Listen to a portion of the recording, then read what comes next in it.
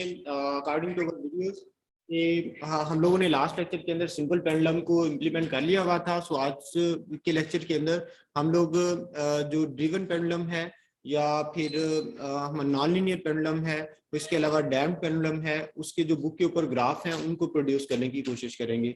सो मैं बिल्कुल बेसिक से स्टार्ट करूंगा, उनके फार्मूलाज को भी एज इट इज यहाँ पे डिस्कस करूंगा और जो रेलिवेंट ग्राफ है वो यहाँ पे आप लोगों के सामने शो भी करूंगा। और देन जो है उसकी जो सिमुलेशन है उसको भी हम लोग यहाँ पे डिस्कस करेंगे और देखेंगे कि सिमुलेशन के ऊपर उसके जो डिफरेंट पैरामीटर्स का इफेक्ट होता है वो किस तरह से वेरी करता है।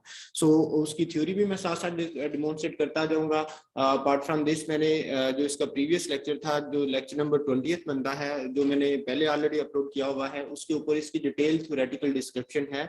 अगर आप लोग उसको भी फॉलो करना चाहें तो कर सकते हैं। सो एनीहो हम लोग इसको थ्योरेटिकली क्लास में डिस्कस कर चुके हुए हैं इन चीज़ों को, but I will try my level best कि जिन चीज़ों की ज़रूरत पड़ती है मैं वो यहाँ पे आप लोगों के सामने एड्रेस करता हूँ। सो हम लोगों ने अभी फिलहाल जो है नॉन लीनियर ड्रिवन पेंडुलम को डिस्कस करना है। नॉन लीनियर ड्रिवन पेंडुलम के अंदर हमारे पास जो कंडीशन थी वो स्मॉल एंगल अप्रॉक्सीमेशन एंगल जो है वो कंसिडर करेंगे, यानी कि साइन थीटा को थीटा के इक्वल ही हम लोग पुट करेंगे। सो मैं एक यहाँ से बटन ले आऊंगा, उस बटन के अंदर हम लोग डिफरेंट वैल्यूज ऑफ क्यू के लिए इसका ग्राफ प्लॉट करेंगे। इनिशियली हम लोग क्या करते हैं, किसी क्यू की एक वैल्यू के लिए जो कि उसके अंदर डिसिपेशन थी या नॉन लिनियरिटी थी, उसको हम लोग देखते हैं। फिर उसके बाद हम लोग उसके अंदर ड्रिवन फोर्स को देखेंगे एंड सो ऑन, बाकी पैरामीटर्स को भी उसके अंदर इनकॉर्पोरेट करेंगे। सो पहले हम लोग क्यू वाले फैक्टर को उसके अंदर इन्वॉल्व करेंगे। तो वो जो गेम है आप लोगों ने लास्ट में पढ़ी होगी। सो इसका मैं टेक्स्ट जो है वो कुछ इस तरह से रख देता हूं कि यहाँ पे आपके पास नॉन लिनियरिटी है, जो है डैम्ड पेंडुलम है, बट इसमें हमारे पास स्मॉल एंगल अप्रॉक्सीमेशन है, जिसमें हम लोग सिर्फ उसकी फ्रिक्शन को कंसिडर करेंगे, जो उसकी फ्रिक्शन जिस रस्सी के साथ वो बॉब बांधा हुआ है और उस रस्सी की जो सपोर्ट के साथ जहाँ पे बांधा हुआ है वहाँ पे जो फ्रिक्शन है उसी को हम लोग फिलहाल इनकॉर्पोरेट करेंगे।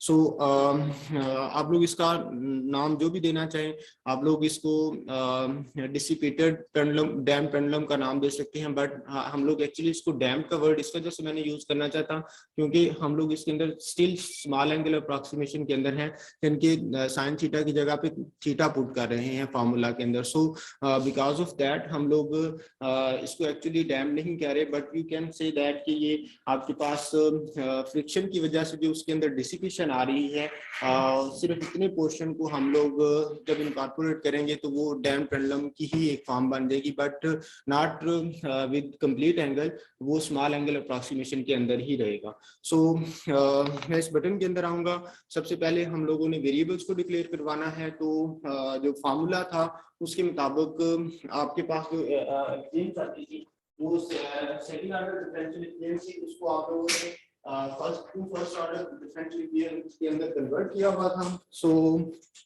हमारे पास दो डिफरेंशियल इक्वेशन थी, उनको हम लोग वन बाय वन देखते हैं। उनके लिए उसमें हमारे पास ओमेगा और थीटा था, जो कि अरे टाइप के डिक्लेयर होने थे, और सिमिलरली अगर आप टाइम की अरे बनाना चाहते हैं तो वो टी की अरे भी आ जाएगी। ठीक है, सो थीटा, ओमेगा और टी की तीन अरेज आ जाएंगी। इसके अलावा जो दूसरे पैरामीटर्स हैं जिनमें हमारे पास जी है, एल है और क्यू है, इनको हम लोग डिस्कस करेंगे, बट हम लोग वो वाली वैल्यूज लेंगे जो बुक के ऊपर जो उन्होंने ग्राफ प्लॉट करने के लिए वैल्यूज ली हुई हैं उन्हीं को लेंगे, ताकि हमारा ग्राफ अगर वैसा आता है तो इसका मतलब है कि हमारा मॉडल ठीक इम्प्लीमेंट होया हुआ है। ठीक है, सो पहले मैं सिंपल वेरिएबल्स को देख लेता हूँ। डबल सपोज जी है, वो मोस्टली 9.8 लिया हुआ है। ग्राफ्स के लिए जो पेज नंबर गार्डियनो की बुक जो है उसके ऊपर पेज नंबर 55 के ऊपर जो ग्राफ हैं उनके लिए जी जो है वो 9.8 है, और लेंथ की जो वैल्यू है दैट इज इक्वल टू 1। और इसके अलावा डी टी जो लिया हुआ है 0.05 ले लें या 0.01 ले लें, could be any number, but हम लोग ये according to our graph change भी कर सकते हैं। ठीक है, it's just a simple step size. और इसके अलावा हमारे पास क्यू की वैल्यू है, उस क्यू को भी हम लोग यहाँ पे इनिशियली रिप्रेजेंट कर लेते हैं कि जब क्यू 1 होगा, ऑब्वियसली क्यू 0 रख देंगे तो वो आपके पास सिंपल पेंडुलम बन जाएगा, ठीक है। और अगर Q की वैल्यू 1, 2, 3 से लेके जो उसने डिफरेंट 3 वैल्यूज लेके ग्राफ प्लॉट किए हुए हैं, उन तीनों के लिए हम लोग उसको डिटेल के साथ डिस्कस करेंगे। सो इसके बाद हमारे पास एक इंटीजर टाइप का वेरिएबल ले लेते हैं ताकि अरे के साइज को हम लोग जो है ना उसी के लिहाज से फिक्स कर सकें। सपोज मैं 500 का साइज लेता हूँ अरे का। अगेन जो है ये आप अपनी मर्जी से रख सकते हैं कि आपका कितनी रेंज के अंदर जो है ना थीटा का या ओमेगा का जो ग्राफ है वो फुलफिल हो रहा है। सो अगेन डबल टाइप की 2 अरेज ले लेते हैं। Theta that is equal to new double, यहाँ पे क्या आ जाएगा साइज,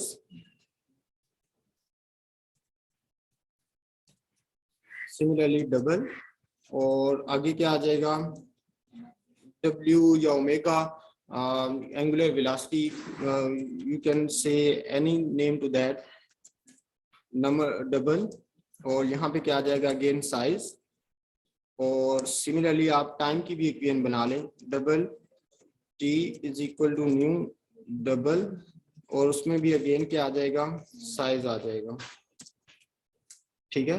ये तीनों इक्वेशंस डिक्लेयर होगी। उसके बाद हमें मैं ये बार बार रिपीट करता हूँ कि बाय डिफॉल्ट सी शार्प के अंदर जो अरेज हैं वो 0 के साथ इनिशियलाइज्ड होती हैं, जबकि C++ के अंदर गार्बेज वैल्यू के साथ इनिशियलाइज्ड होती हैं। सो किसी जिस अरे को 0 के साथ इनिशियलाइज करवाने की जरूरत है तो ऑलरेडी वो इनिशियलाइज होता है 0 के साथ। सो स्पेसिफिकली यहाँ पे मेंशन करने की जरूरत नहीं है, बट क्योंकि हमारे मॉडल के अंदर किसी एक पैरामीटर को, अगर हम दोनों पैरामीटर्स को ओमेगा और थीटा को 0 रखते हैं तो इक्वेशंस के अंदर जो है ना कंटिन्यूसली आइटरेटिव फॉर्म की वजह से वो तमाम नेक्स्ट वैल्यूज भी 0 आती जाएंगी। सो टू अवॉइड दैट हम लोग थीटा कि जो किसी एक वेरिएबल की 0 के ऊपर हमको एक नंबर स्मॉल नंबर पा लेते हैं, जिसकी वजह से हम लोग ओवरऑल सिस्टम के अंदर नेक्स्ट वैल्यूज के लिए 0 नहीं प्रोड्यूस कर पाएंगे।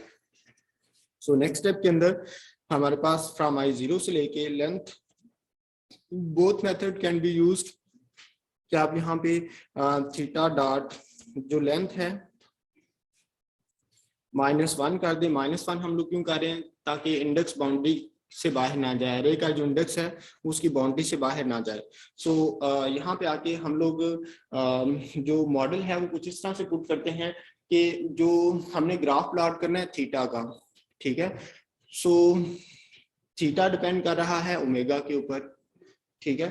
तो ओमेगा की इक्वेशन पहले आएगी, थीटा की इक्वेशन बाद में आएगी, ताकि हम लोग फाइनलाइज थीटा को क्या कर सकें, प्लॉट कर सकें। सो जो ओमेगा की इक्वेशन है that is equal to omega I+1 and that is equal to omega I और minus G/L multiply by theta. और ये थीटा इस वजह से आ रहा है क्योंकि अभी हम लोग स्मॉल एंगल अप्रॉक्सीमेशन कंसीडर कर रहे हैं, ठीक है। अगर डैम्प कंसीडर करेंगे तो उसमें लार्ज एंगल आ जाएगा, तो यहाँ पे इंस्टेड ऑफ यूजिंग थीटा आपके पास क्या आ जाएगा, साइन थीटा आ जाएगा। सो -Q multiply by omega I and multiply by dt, और हमें यहाँ पे भी मल्टीप्लाई करवाना पड़ेगा dt के साथ अकॉर्डिंग टू अवर मॉडल। तो ये आपके पास दोनों इक्वेशंस यहाँ पे आ गई। फिर उसके बाद आपने थीटा की इक्वेशन को अप्लाई करना है, is equal to theta I,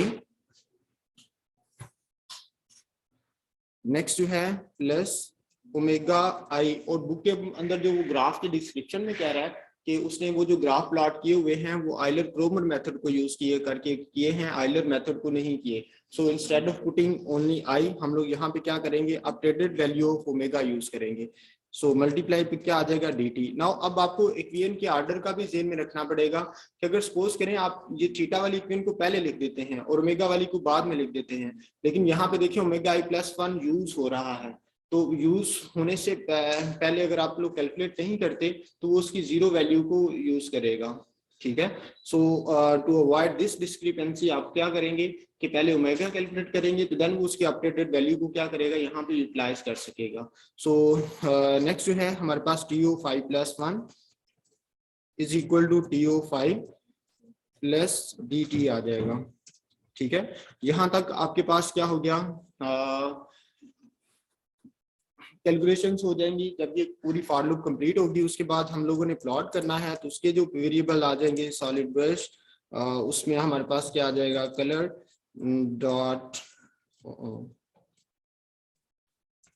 colour dot suppose red है, उसके बाद graphics,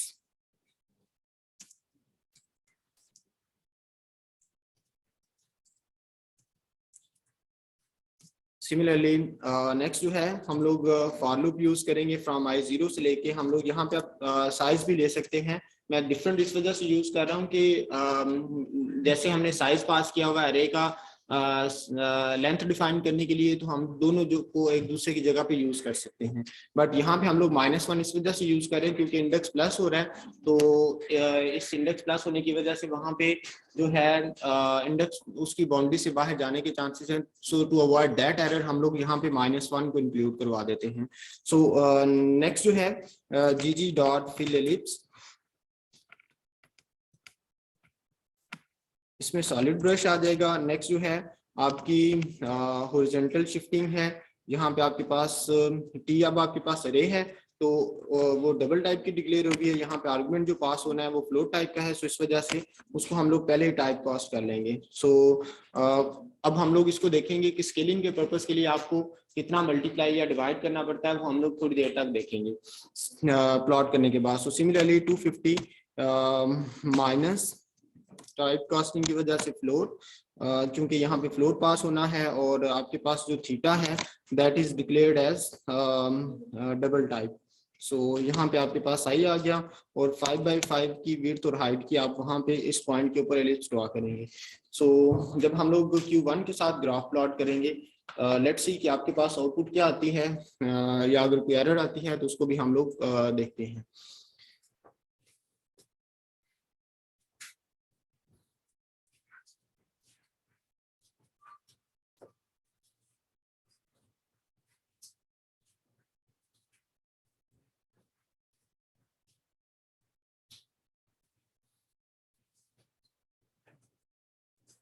that is actually running, laptop थोड़ा सा स्लो है और ऊपर से विजुअल स्टूडियो 19 है, तो जो है ना इस वजह से थोड़ा सा स्लो है। सो लेट्स सी कि आउटपुट आने वाली हुई है।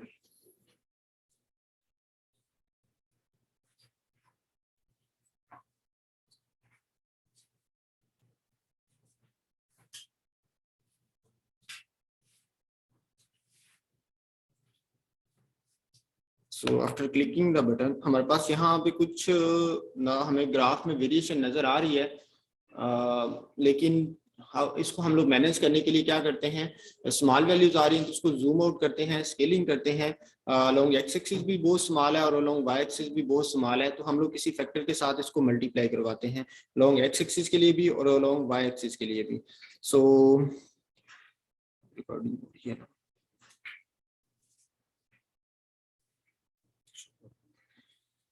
सो हम लोग अलोंग एक्स एक्सिस इसको सपोज किसी एक नंबर 8 टाइम उसको इंक्रीज कर देते हैं, और अलोंग थीटा जो है सपोज करें मैं उसको 100 से मल्टीप्लाई करवा देता हूं ताकि वो एक बड़ी वैल्यूज की फॉर्म में हमें शो करवा सके।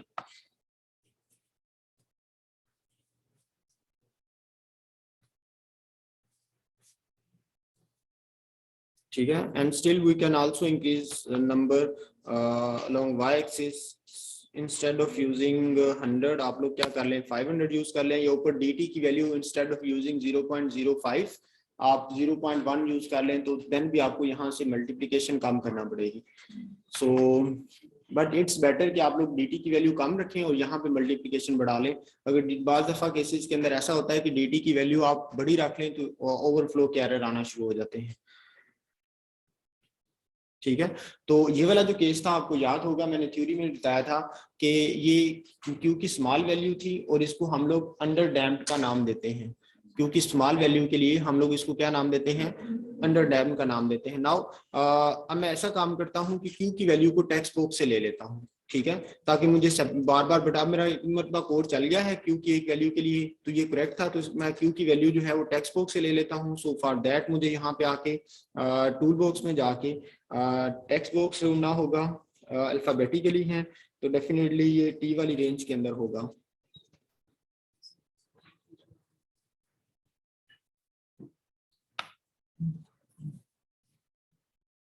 टेक्स्ट बॉक्स आ गया और साथ आप अगर लेबल लगाना चाहते हैं कि ये टेक्स्ट बॉक्स में वैल्यू क्या जा रही है, अपार्ट फ्रॉम दिस आप यहाँ पे सर्च भी कर सकते हैं।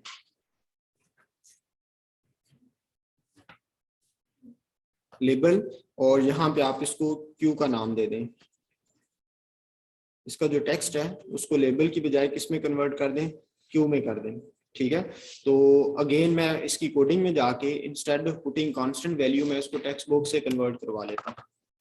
सो क्यू की वैल्यू इधर देने की बजाय मैं उसको कहता हूँ कि double Q is equal to double dot parse, और यहाँ पे क्या आ जाएगा, text box one dot text को वो कन्वर्ट कर देगा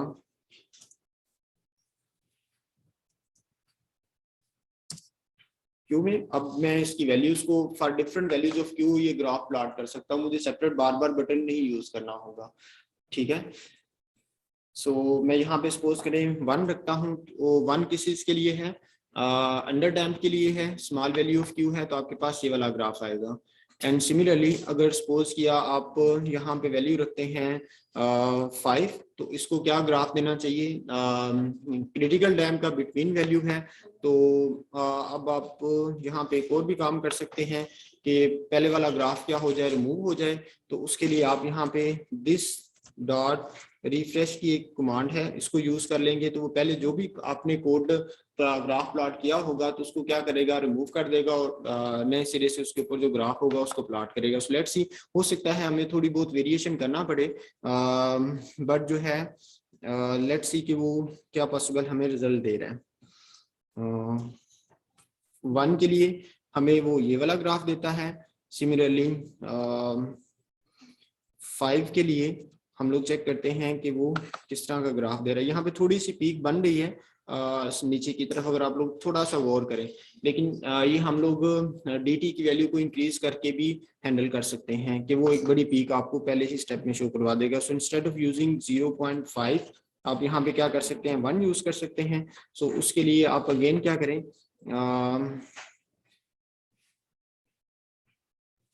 5, ठीक है, वो थोड़ी सी पीक बना रहा है, बट हो सकता है आपको इसके लिए जो है ना मल्टीप्लिकेटिंग फैक्टर जो है ना वो दोबारा से बढ़ाना पड़े। इंस्टेड ऑफ इवन यूजिंग 500 आप इसको एक 700 पे ले जाएं, तो वो वैल्यू जो है, या 800 पे ले जाएं, तो वैल्यू उसका ग्राफ जो है वो उसी तरह से शो करवा देगा। 5, ठीक है। So again there is a little bit of जो है ना एक पीक बन रही है, बट ये थोड़ी सी क्लियर बननी चाहिए। so, उसके लिए आप लोग जो चेंजिंग करेंगे that would be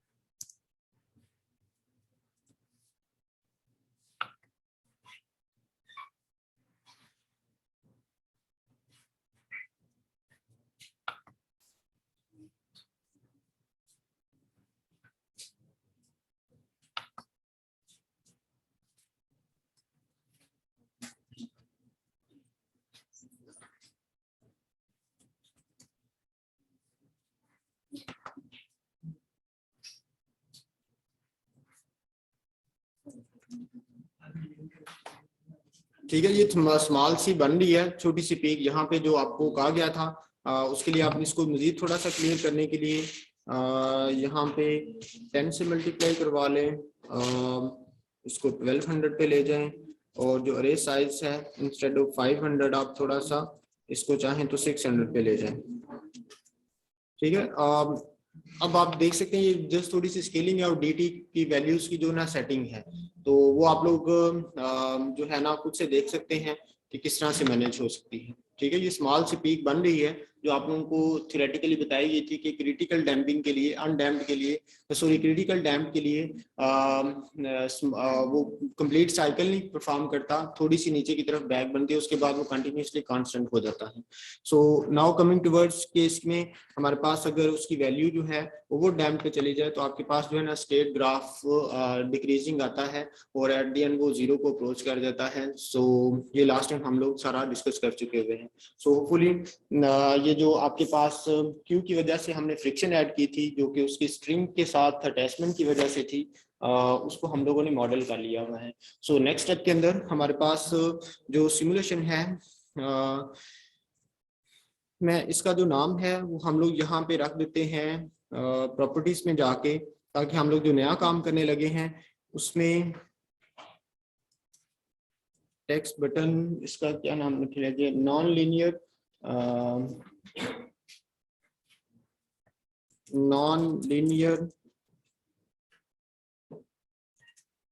damp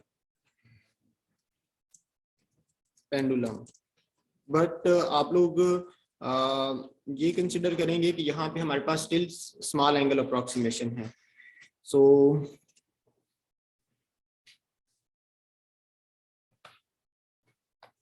next जो है मैं एक और बटन यूज कर लूंगा,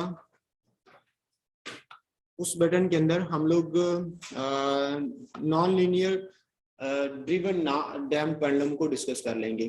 ठीक है, सो ड्रिवन पेंडुलम जहां पे भी बात होगी इसमें जस्ट जो टेक्स्ट है वो ड्रिवन रखूंगा। ड्रिवन का क्या मतलब है कि आपने इसमें एफडी फोर्स को इन्वॉल्व कर दिया है।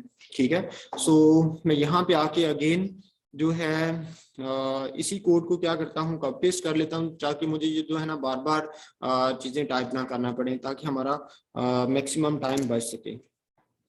सो मैं इसके बटन के अंदर आके यही कोड दोबारा से टाइप पेस्ट कर दूंगा। जस्ट हमें थोड़ा सा एक्वियन में चेंज करनी है।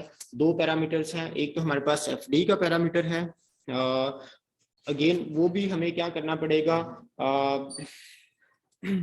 पहले इनिशियली हमें फिक्स रखना पड़ेगा, फिर उसके बाद उसकी भी डिफरेंट वैल्यूज के लिए उसके लिए भी टेक्स्ट बॉक्स यूज कर लेंगे। सो मैं यहाँ पे एफडी जो है उसको रख लेता हूँ, जो ग्राफ के अंदर दी हुई है 0.2 है। एंड सिमिलरली एक अनदर पैरामीटर है ओमेगा डी के नाम से, उसकी वैल्यू जो दी हुई है वो एंगल के दरमियान है 2.0 है। और इन वैल्यूज को ध्यान में रखते हुए हम लोग फर्दर फिर जो अपना मॉडल है उसको भी चेंज करेंगे। सिंपली आपके मॉडल के अंदर जो ओमेगा की इक्वेशन है यहाँ पे क्या आ जाएगा, प्लस एफ डी और मल्टीप्लाई क्या आ जाएगा, मैथ डॉट साइन और साथ omega D multiply by T of I आ जाएगा और मल्टीप्लाई बाय dt आ जाएगा। सो इसके अलावा होपफुली कोई चेंजिंग नहीं है, बाकी सारे का सारा एज इट इज है। सो बुक के ग्राफ जो हैं उसमें उसको आप प्लॉट करके चेक करते हैं, जो क्यू की वैल्यू दी हुई है वो 1 है। फॉर दिस केस क्यू की वैल्यू जो है वो 1 और 0 दी हुई है। सो अगेन आपके पास 1 ग्राफ 1 के लिए आप इसको जब एग्जीक्यूट करेंगे तो अरे साइज आपको थोड़ा सा बढ़ाना पड़ेगा, हो सकता है कोई 5000 तक लेके जाएं इसके अरे के साइज को, ताकि आपके पास मैक्सिमम 5000 ना करें, चले 2000 कर लें या 1500 कर लें, ताकि आपका जो ग्राफ बुक वाला ग्राफ है वो एज इट इज प्रोड्यूस हो जाए।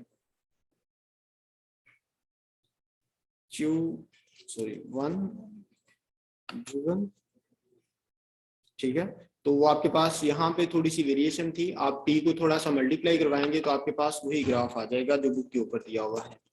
ठीक है, टी को इंस्टेड ऑफ 10-20 के साथ मल्टीप्लाई करवा दें तो आपके पास ग्राफ एग्जैक्टली बुक वाला आ जाएगा। बोलो बोलो बोलो बोलो।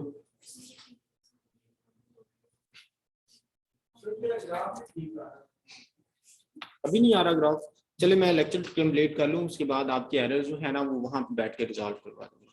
ठीक है। सो यहाँ पे जो ये वाला ग्राफ था, ये थोड़ी सी वेरिएशन थी आप लोगों को वहाँ पे ग्राफ के अंदर, तो आप लोग देख सकते हैं ये एग्जैक्टली वही बुक वाला ग्राफ है जो कि पेज नंबर 56 के ऊपर दिया हुआ है। सो नेक्स्ट जो है वो हमारे पास केस है डैम पेंडुलम का केस, और उसके जो स्पेशल ग्राफ थे उन जो पेज नंबर 60 के ऊपर दिए हुए हैं।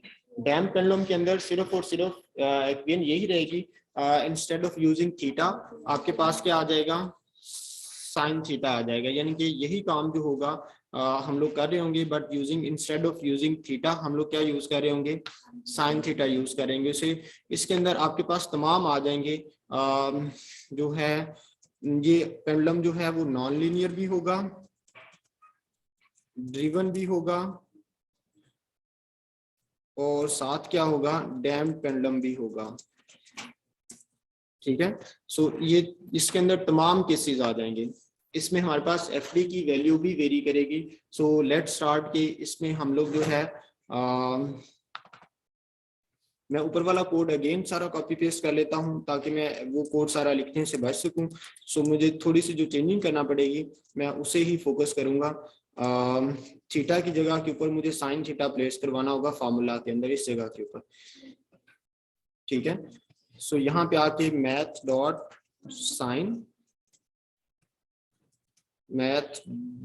साइन और उसमें थीटा आ जाएगा, बाकी सारे का सारा फार्मूला आपके पास एज इट इज रहेगा। तो आप लोग जब इम्प्लीमेंट करते थे तो ये चीजें देखें, सिर्फ एक एक चीज में ऐड कर रहा हूँ, बाकी पिछला सारा कोड होता था। तो things are not so difficult, लेकिन इसमें जो बुक के ऊपर एक्सपीरियंस दी हुई है, वैल्यूज दी हुई हैं, हम लोग वो वैल्यूज को ही वही वैल्यूज ऑप्ट करेंगे। जो इसमें अब क्यू की वैल्यू टेक्स्ट बुक से लेने की बजाय जो बुक के ऊपर ग्राफ्स में वैल्यूज दी हुई हैं, उसको हम लोग जो दी हुई है वैल्यू वो 1/2 दी हुई है, तो इंस्टेड ऑफ पुटिंग 1/2 मैं उसको 0.5 ले लेता हूं और इसको मैं कमेंट कर देता हूं। क्यू की वैल्यू के लिए ग्राफ है। उसके अलावा ओमेगा डी की जो वैल्यू है that is not equal to 2.0, that is equal to basically 2.0 divided by 3.0। ठीक है। और इसके अलावा एफ डी की डिफरेंट वैल्यूज हैं, बट हम लोग जो है ना उसके तमाम ग्राफ्स को देखेंगे 1 by 1 के। जो उसने पहले उसने 0 लिया हुआ है, तो 0 लिया है तो बेसिकली वो कौन सा ग्राफ आ जाएगा, जो नॉन लीनियर ग्राफ आते थे जिसके लिए क्यू की वैल्यू बेस कर रही होती थी। ठीक है। सो क्यू की वो जो आपके पास अंडर डैम वाला ग्राफ था वो आएगा, अगर आप, क्योंकि क्यू की वैल्यू 0.5 है और एफ डी 0 है, तो वो नियर अबाउट 1 है 0.5, तो वो जो अंडर डैम वाला केस था वो आपके पास ग्राफ आएगा। ठीक है। सो लेट्स सी कि हम लोग चूंकि डिस्कस कर रहे हैं तो हम लोग इनको प्लॉट करके चेक करते हैं कि क्या वाकई वही ग्राफ आ रहे हैं। सो लेट्स सी अगर वैल्यूज वही रखी गई हैं। एनी हो थीटा 0 की वैल्यू इंस्टेड ऑफ 0.1 जो बुक के ऊपर दी हुई है वो 0.2 है, ओमेगा 0 0 की इक्वल होगा, और जो लेंथ और ग्रेविटी की वैल्यू है वो दोनों सेम रखी हुई हैं। इंस्टेड ऑफ लेंथ यूजिंग 1 वो जी की वैल्यू के इक्वल है, 9.8 की इक्वल है। ये मैं जो वैल्यूज ले रहा हूँ वो बुक के ऊपर जो पेज नंबर 60 है उन ग्राफ्स की डिस्क्रिप्शन से ले रहा हूँ। ठीक है। सो होपफुली आपके पास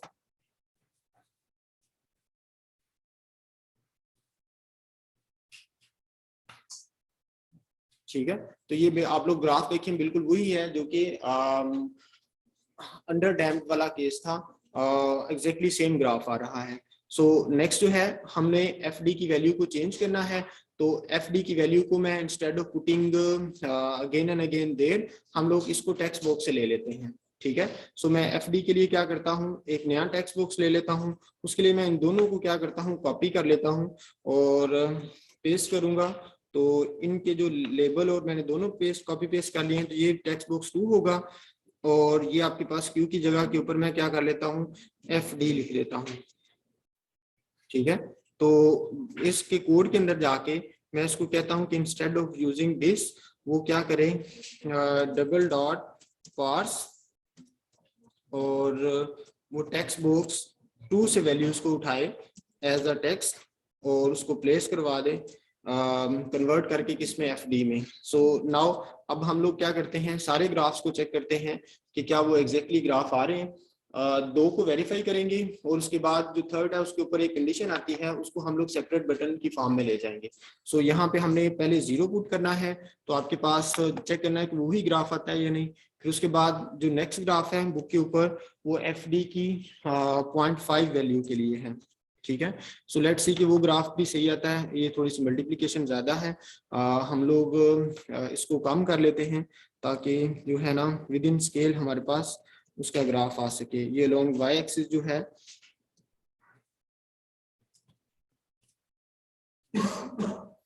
हमें थोड़ा सा चेंजिंग करना पड़ेगी। ये जस्ट मल्टीप्लिकेटिंग स्केलिंग फैक्टर है जो मुख्तलिफ ग्राफ के अंदर वेरी कर सकता है। सो 0.5 के ऊपर जो ग्राफ है अगेन थोड़ी सी ज्यादा है, इसको हंड्रेड्स में ले आए।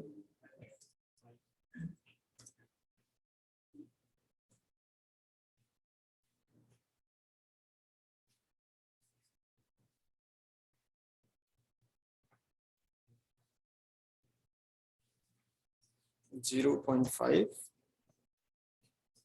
स्टिल ज्यादा है, हमें ये कोई 100 में लेके आना पड़ेगा।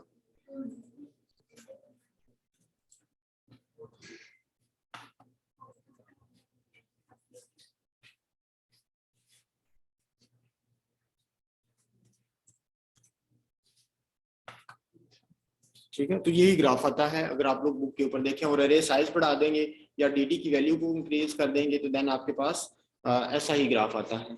सो नाउ जो है हम लोग by the way in graphs के लिए जो डी की वैल्यू उसने सजेस्ट की हुई है दैट इज इक्वल टू 0.01 की बजाय 0.04 सजेस्ट की हुई है। सो हम लोग इसी के लिए ग्राफ प्लॉट करते हैं और चेक करते हैं कि क्या वही ग्राफ आता है 0.5।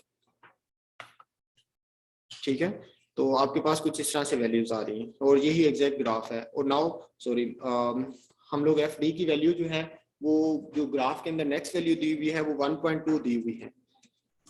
1.2 के लिए जो ग्राफ आना चाहिए नहीं, वो पहले ग्राफ सही आ जाए फिर उसके बाद कंडीशन आती है। 30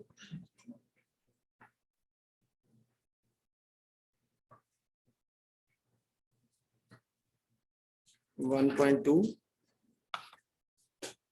ठीक है, हम लोग यहाँ पे भी 12 और अगेन थोड़ी सी मल्टीप्लिकेशन कम कर देते हैं और 20 कर देते हैं। ये आपके पास बस स्केलिंग है जो कि इतनी ज्यादा इफेक्ट नहीं करती। 1.5 ठीक है, अगर मैं इसको फॉर्म का साइज थोड़ा सा मजीद रीजनेबल बना लूं ताकि मेरे पास मैक्सिमम ग्राफ शो हो।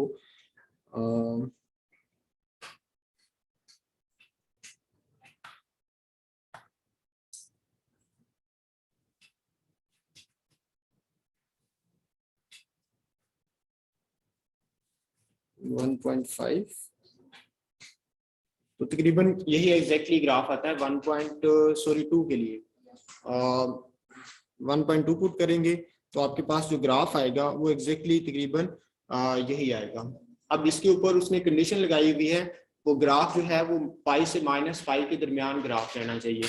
तो वो जो कंडीशन है मैंने थ्योरी का जो लेक्चर था वहां पे भी डिटेल से बताई हुई है अराउंड इस जगह के ऊपर जो डिटेल के साथ उसकी इक्वेशन को डिस्क्राइब किया हुआ है। सो ये वाले जो ग्राफ थे बुक के ऊपर दिए हुए हैं पेज नंबर 60 के ऊपर जिनको हम लोगों ने डिस्कस किया है। सो ये वाला ग्राफ प्रोड्यूस करने के लिए हमें उसको लिमिटाइज करना पड़ेगा -पाई से पाई के दरमियान। तो उस चीज के लिए मैंने यहाँ पे एक छोटा सा एल्गोरिथम दिया हुआ है एग्जैक्टली ये वाला। तो यहाँ पे हम लोग ये जस्ट थीटा आई के ऊपर हमने ये वाली लिमिट्स पुट करनी है, जब वो पाई से बड़ा हो तो उसको किस चीज के इक्वल कर दे, -2 पाई के इक्वल कर दे। सो यही हम लोगों ने इक्वेशन एज इट इज यहाँ पे इम्प्लीमेंट करनी है इस केस के अंदर जाके।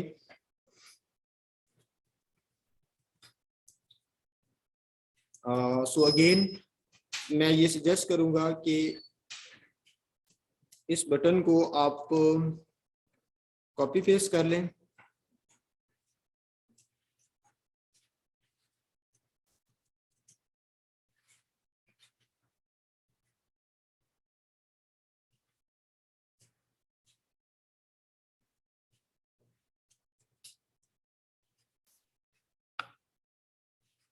कॉपी पेस्ट कर लें और इसमें टेक्स्ट में जाके इसके साथ जो है ना वो FD की वैल्यू 1.2 साथ मेंशन कर दें। उसकी वजह ये है कि अगर हम लोग पीछे वाले ग्राफ में चेंज करते हैं तो देन वो जो है ना प्रीवियस ग्राफ्स ठीक नहीं आएंगे, तो उसमें भी वो मॉडिफिकेशन कर देगा। सो अगेन इसमें हम लोग जो कोड लिखेंगे,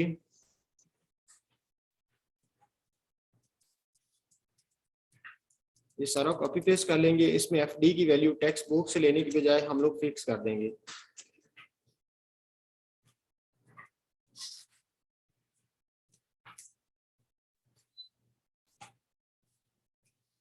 instead of taking value from text box हम लोग इसको फिक्स कर देते हैं, क्योंकि वो जो ग्राफ का पैटर्न दिया हुआ है वो 1.2 के लिए ही दिया हुआ है। सो जो कंडीशन यहाँ पे अप्लाई करनी है वो कुछ इस तरह से है कि जब थीटा की वैल्यू थीटा ऑफ i+1 की जो वैल्यू है वो सॉरी कंडीशन में आएगा, अगर थीटा ऑफ i+1 की वैल्यू जो है वो ग्रेटर देन पाई है, हम लोग वो वहां से कंडीशन एग्जैक्टली देख लेते हैं, ग्रेटर देन पाई है तो then theta i+1 is equal to theta i -2 pi. Then वो क्या कर दें, theta i+1 is equal to theta i+1 -2 multiply by math dot pi, और सॉरी यहाँ पे मैथ डॉट पाई ही आएगा। एंड दूसरा केस क्या है, अगर आपके पास थीटा i+1 जो है वो लेस देन है माइनस मैथ डॉट पाई से, तो देन वो क्या करे, उसको शिफ्ट कर दे पॉजिटिव साइड के ऊपर, और पॉजिटिव साइड पे ले जाने के लिए उसको क्या करना पड़ेगा, 2 पाई ऐड करना पड़ेगा।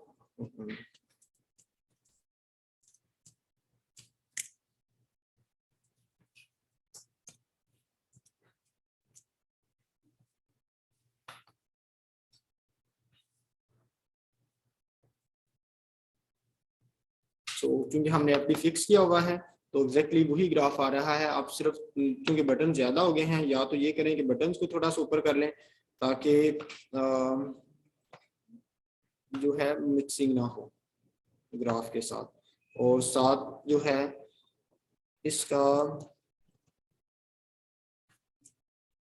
जो 250 है इसको 300 पे ले जाएं ताकि वो थोड़ा सा नीचे ग्राफ प्लॉट करे।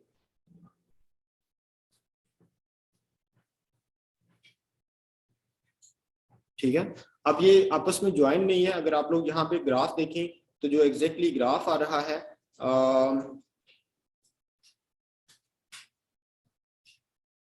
ग्राफ आ रहा है, ये कनेक्टेड लाइंस लग रही हैं, तो इनको हम लोग भी कनेक्ट कर सकते हैं। वो मेथड आप लोगों ने पहले हम लोगों ने डिस्कस नहीं किया हुआ, बट मैं यहाँ पे डिस्कस कर देता हूँ। बेसिकली ये क्या करता है, ये जो ये एक्स पोजीशन है, ये वाली एक्स पोजीशन और इस वाली वाई पोजीशन के ऊपर जाके एक एलिप्स ड्रॉ करता है जिसका साइज कितना होता है 5x5 का। और अगर हम लोग इसको पॉइंट्स में पॉइंट बना लें, एक ये पॉइंट है और उसके बाद नेक्स्ट साइटेशन का जो पॉइंट होगा, उन दोनों पॉइंट्स को आपस में हम लोग ड्रा लाइन के कोड की मदद से क्या करेंगे, ज्वाइन करेंगे, तो देन जो है वो हमें एक बिल्ट इन जो है ना वो दे देगा। या इसके अलावा ड्रा कर्व की एक कमांड है, उसको भी आप अगर यूज कर लें तो वो भी अगेन आपके पास एक बेटर ऑप्शन होगी।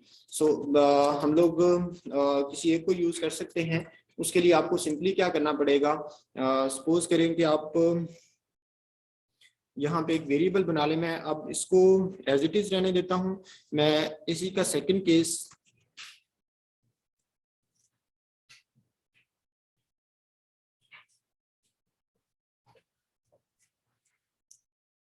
कनेक्टेड ग्राफ प्लॉट करने के लिए मैं इसी में ये जो ये वाला कोड है, ये जो ऊपर डिस्कस किया हुआ है, इसी को मैं कॉपी पेस्ट करूंगा, इसमें थोड़ा सा मॉडिफिकेशन करूंगा। ये चीज हमने पहले नहीं डिस्कस की हुई। सो हम लोग क्या करते हैं, इंस्टेड ऑफ यूजिंग जीजी एलिप्स हम लोग यहाँ पे एक पॉइंट टाइप का वेरिएबल ले लेते हैं।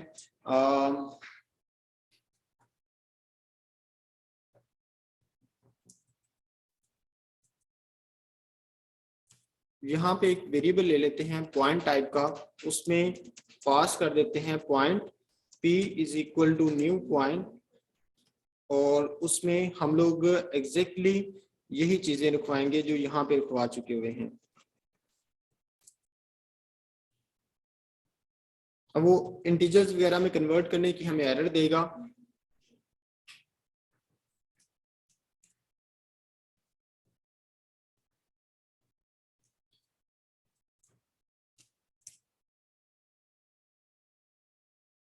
यहाँ पे मैं इसको 0 कर दूंगा, 0 वैल्यू को लेके, और ti की 0 वैल्यू को लेके वो एक पॉइंट बनाएगा, तो वहां पे वो बेसिकली पॉइंट होगा। बट चूंकि अब हमें यहाँ पे इसको इंटीजर में कन्वर्ट करना, फ्लोट में पॉइंट के अंदर जो x और y हैं वो आपके पास इंटीजर होते हैं, या instead of even using point आप पॉइंट f को यूज कर लें।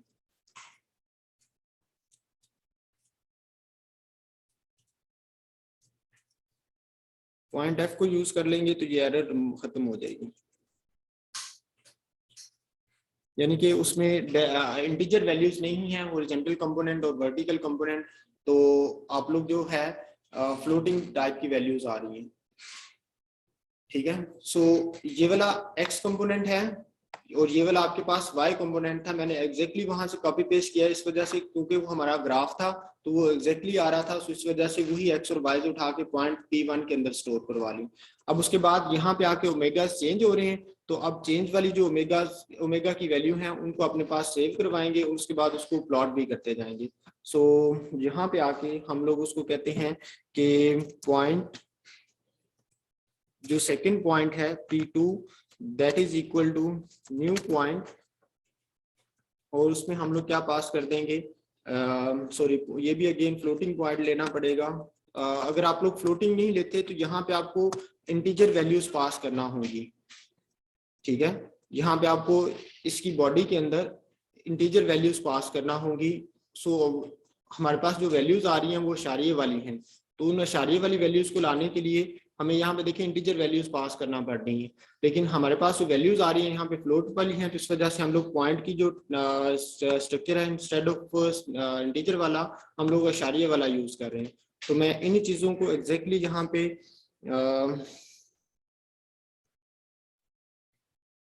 फिर कॉपी पेस्ट कर देता हूँ। ये इसको हॉरिजॉन्टल एंड वर्टिकल कंपोनेंट्स मान जाएंगे, और मेरे पास P1 और P2 आ गए हैं। तो इसको मैं जीजी के अंदर ड्रॉ जो है ना लाइन का कोड है, इसमें मैं अब पेन पास करना है, तो मैं यहाँ पे instead of using graphic class का ऑब्जेक्ट पेन, मैं इसको अंडरस्कोर पेन का नाम दे देता हूँ, क्योंकि पेन P मैं पॉइंट के लिए यूज कर चुका हुआ हूँ। तो यहाँ पे क्या आ जाएगा पेन, और उसमें हम लोग क्या यूज कर लेंगे, कलर डॉट सपोज करें ग्रीन, और यहाँ पे आके हम लोग क्या करेंगे अंडरस्कोर पेन यूज कर लेंगे, और साथ क्या आ जाएगा P1 और उसके बाद P2, और इसको प्लॉट करेंगे, सॉरी PT1 नहीं है P1 है, या P है ऊपर, ऐसे ही, हाँ जी P है फर्स्ट। और जब ये इनको प्लॉट कर लेगा तो हम लोग सिंपली कह देंगे कि जो आपके पास P2 है वो उसकी प्रीवियस वैल्यू के इक्वल चला जाएगा, या P को कह दें P will be equal to P2, तो वो अपडेट कर देगा। ये मैं थोड़ी सी डिटेल से समझा देता हूं, बट पहले चेक कर लें कि ग्राफ ठीक आ भी रहा है कि नहीं आ रहा।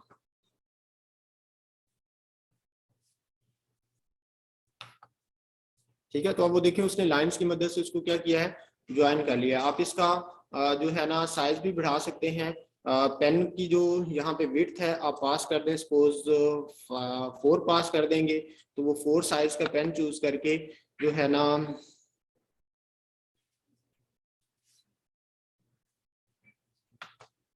ठीक है, तो ग्राफ उसी तरह से बिल्कुल एग्जैक्टली बुक बनाना शुरू हो गया। बट मैं इसको थोड़ा सा डिटेल से समझा दूं कि ये हम लोगों ने किया क्या है। हमने एक जो उसकी इनिशियल वैल्यूज थी थीटा और टी का, हमने उसका ग्राफ प्लॉट करवाना था। ये एक्स कंपोनेंट था, ठीक है, और ये सिमिलरली उसका y कंपोनेंट था, उसका हमने एक पॉइंट बना लिया, पॉइंट के अंदर x और y होते हैं, हॉरिजॉन्टल पोजीशन और वर्टिकल पोजीशन होती है, जबकि हमारे पास हमने इनिशियल वैल्यू का बना लिया, यहाँ पे वो थीटा और जो t है वो अपडेट हो गए अकॉर्डिंग टू दिस कंडीशंस। जब वो अपडेट हो गए तो हमने प्लॉट के केस में जाके वहां पे जो अपडेटेड वैल्यूज थी उनको एक नए पॉइंट P2 के अंदर रखवा लिया। तो ड्रॉ लाइन की क्या कमांड करती है, वो दो पॉइंट्स को आपस में ज्वाइन करती है, P और P2 को आपस में ज्वाइन कर देगी। अब उसके बाद जब नेक्स्ट उसने W और थीटा और T का ग्राफ प्लॉट करना है, तो नेक्स्ट के लिए जो प्रीवियस पॉइंट था वो P2 था, तो P2 को हमने P में रखवा दिया, तो लूप की वजह से P2 क्या हो जाएगा, ऑटोमेटिकली अपडेट हो जाएगा, और प्रीवियस पॉइंट जो प्रीवियस P2 था उसको आपस में क्या करेगा, ज्वाइन करेगा, और कंटिन्यूसली इसी सीक्वेंस में चलता जाएगा, और वो आपके पास एक कंप्लीट ग्राफ आ जाएगा। ठीक है, सो होपफुली आपको समझ आ चुकी होगी। ये बेसिकली स्टेट का था, उसके कोरस्पॉन्डिंग आपके पास ये वाला ग्रीन ग्राफ है। ठीक है, कोई क्वेश्चन है तो आप लोग पूछ सकते हैं, बट लेट मी